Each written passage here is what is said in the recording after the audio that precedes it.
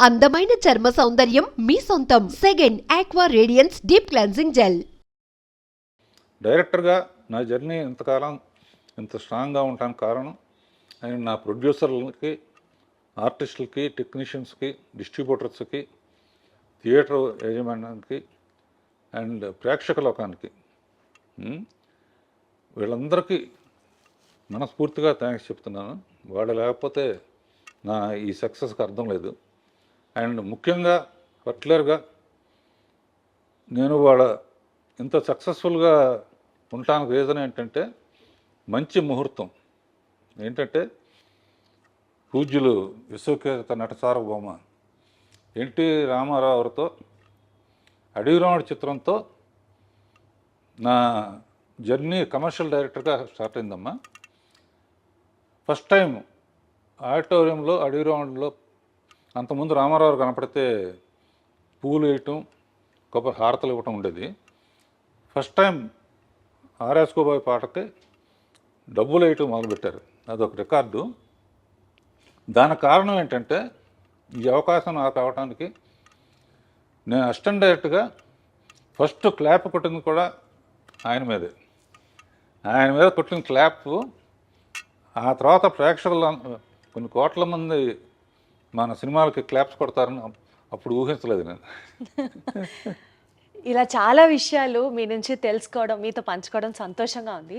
ముఖ్యంగా అండి 50 ఏళ్లలో 110 సినిమాలు చేయడం అదొక మామూలు రికార్డు కాదు. అంటే ఒక ఫిల్మ్ మేకర్గా, ఒక డైరెక్టర్గా 50 ఏళ్ళు కంప్లీట్ చేసుకున్న వాళ్ళు మేబీ హాలీవుడ్లో మనం చూసుకుంటే స్పిల్స్బర్గ్ గారి దగ్గర నుంచి, మార్టిన్ సోర్సెస్ గారి దగ్గర నుంచి ఇట్లా కొంతమంది ఉంటే ఉండొచ్చు గాక, కానీ భారతదేశంలో 50 ఏళ్లలో 110 సినిమాలు, అందులో అసలు 70కి పైగా సినిమాలు 100 డేస్ కంప్లీట్ చేసుకోవడం, 26 సినిమాలు రజితోత్సవాలు పూర్తి చేసుకోవడం, 4 సినిమాలు గోల్డెన్ జూబిలీ సెలబ్రేషన్స్ పూర్తి చేసుకోవడం, ఇది కాక 4 సినిమాలకి మీరు దర్శకుడిగా ఒక పర్యవేక్షణ చేయడం, అసలు ఇవన్నీ ఒక మామూలు విషయం కాదు రాఘవేంద్రరావు గారు. ఈ మ్యాజిక్ని ఎలా సాధ్యం అయ్యేలా చేశారు మీరు? అంటే ఎప్పుడు ప్రతి ఫీల్డ్లోనూ కాంపిటీషన్ స్పిరిట్ ఉండాలమ్మా. నాకు అసిస్టెంట్ డైరెక్టర్గా ఉన్నప్పటి నుంచే, అసిస్టెంట్ డైరెక్టర్ ముందు కాలేజీలో ఉన్నప్పుడు కూడా ఏంటంటే మెడ్రాస్లో ఉండేవాళ్ళం.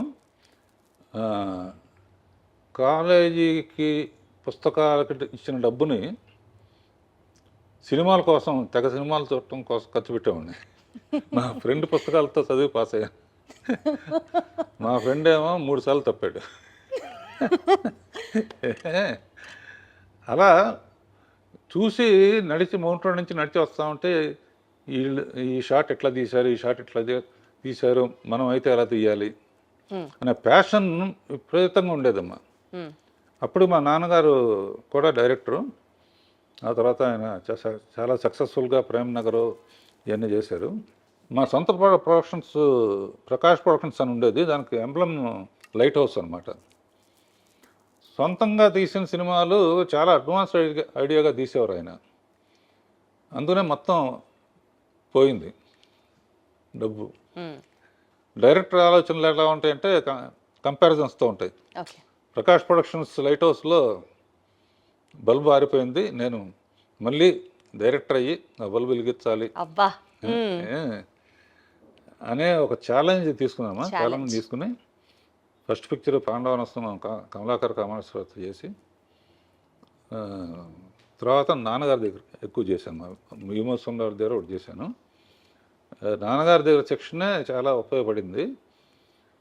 నాన్నగారితో స్త్రీ జన్మ ఇది తీస్తున్నప్పుడు రామానాయుడు గారు, నాన్నగారు ప్రేమనగర్ కనెక్షన్స్తో నేను మ్యూజిక్ విషయంలో కానీ, ఈ విషయంలో కానీ నా యాక్టివిటీసు ఇవన్నీ చూసి, రాఘవేంద్రరావు ఫస్ట్ డైరెక్షన్ నాకే చేయాలి నువ్వు అని చెప్పారు. చెబితే మా ఫాదర్ ఏమన్నారంటే ఇంకొంచెం ఎక్స్పీరియన్స్ ఉంటే బెటర్ అని చెప్పి అలా పాపం అందుకనే సౌందర్యలహరిలో ఫస్ట్ నేను నాయుడు గారితోనే స్టార్ట్ చేశాను. ఆ తర్వాత యాక్చువల్గా మా ఫ్రెండ్స్ చాలా కేసీపీ లిమిటెడ్ అని దాని తాలూకు కొంచెం బాగా రిచ్ పీపుల్, బాగా క్లోజ్గా ఉండేవాళ్ళం. వాళ్ళు ఒకరోజు రాఘవేంద్ర సినిమా తీద్దామన్నారు. తీద్దామంటే నేను అందరిలాగా ఎందుకు శ్యామ్ బెనగల్ వాళ్ళలాగా మంచి ఆర్ట్ ఫిల్మ్ తీయాలి, ₹1,00,000 తీసి రికార్డు చేయాలి. ఉమ్, ఉమ్, కొత్త ఆర్టిస్టులు ఉమ్. ఎవరికి డబ్బులు ఇవ్వటం లేదు, ఎవరు ఫుడ్ వాళ్ళు తెచ్చుకోవాలి, ఇటువంటి పిచ్చి ఆలోచనలతో వాళ్ళకి చెబితే ₹1,00,000 సినిమా కాదు, కాస్ట్లీ సినిమా తీయాలి, ఫస్ట్ పిక్చర్తోనే జగపతితో పోటీ పడాలి, రామానాయుడు గారితో పోటీ పడాలి. సో ఒక డైరెక్టర్గా అది డిఫైనింగ్ మూమెంట్ అన్నమాట. అసిస్టెంట్ డైరెక్టర్ నుంచి డైరెక్టర్గా ఆ ఛాలెంజ్ని యాక్సెప్ట్ చేస్తూ అప్పటి పరిస్థితులకు తగ్గట్టుగా వండర్ఫుల్ అండి. నేను ఏం చేస్తానో ఎలా చేస్తానో కూడా నా మీద నమ్మకంతో ఇచ్చిన ప్రొడ్యూసర్స్ మొట్టమొదటి ఇచ్చిన వాళ్ళకి మర్చిపోకూడదు కదమ్మా. సార్ ఆ హంబుల్ క్వాలిటీ ఎన్ని జనరేషన్స్ మీ నుంచి నేర్చుకున్నా సరే ఇంకా చాలా తక్కువే అవుతుంది అది. మే 2, 1977 టాలీవుడ్కి ఒక గొప్ప దర్శకుడు పరిచయం అయిన రోజు. బాబు సినిమా రిలీజ్ వెనకాల ఒక కథ ఉంది అని విన్నాము. అంటే మీరు ముహూర్త బలాన్ని గట్టిగా నమ్ముతారని, ఆ ముహూర్తానికి ఆ సినిమాని విడుదల చేయాలి, కానీ అప్పట్లో కాబట్టి కరెంటు కోతలు అవి ఉంటూ ఉంటాయి. సో టైంకి రిలీజ్ చేయలేకపోతున్నాము అని చెప్పి మీరు ఒక పోస్టర్ వేసి అందరికీ పంచారట. సో ఆ ఎక్స్పీరియన్స్ని గుర్తు చేస్తూ ఆ టైంలో ఎలాంటి సవాళ్ళని ఎదుర్కొన్నారు రాఘవేంద్రరావు గారు మీరు? అంటే ఒకటమ్మా, ఏప్రిల్ 28 ఒకటి, మే 2 ఒకటి, మే 9 ఒకటి, ఈ 3 సెన్సేషన్. బాబు కూడా 28 రిలీజ్ అవ్వాల్సిందే, మే 2కి వచ్చింది. ఓకే. అడవి రాముడు ఏప్రిల్ 28 అమ్మా, super duper hit. Baahubali April 28 2 అరే సూపర్ డూపర్ హిట్. వండర్ఫుల్. మే 2 నా ఫస్ట్ పిక్చరు. మే 2 అమరావతికి మళ్ళీ పుట్టినరోజు. అంటే మనం బెదవాడాలం కనుక ఖచ్చితంగా అమరావతితో కనెక్ట్ అవుతాం. రైట్.